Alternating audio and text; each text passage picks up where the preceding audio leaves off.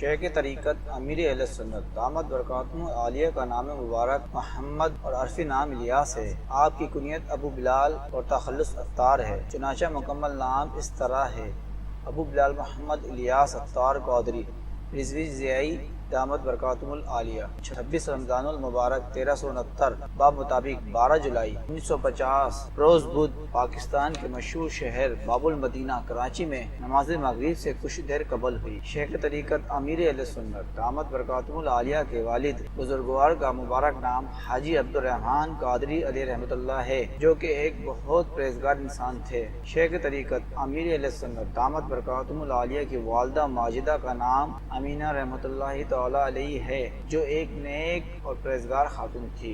آپ دامت برکاتہم العالیہ نے تبلیغ قرآن و سنت کی عالمگیر غیر سیاسی تحریک دعوت اسلامی کی بنیاد رکھی اور اسے اپنی شب و روز کی محنت اور خون جگر سے پروان چڑھایا۔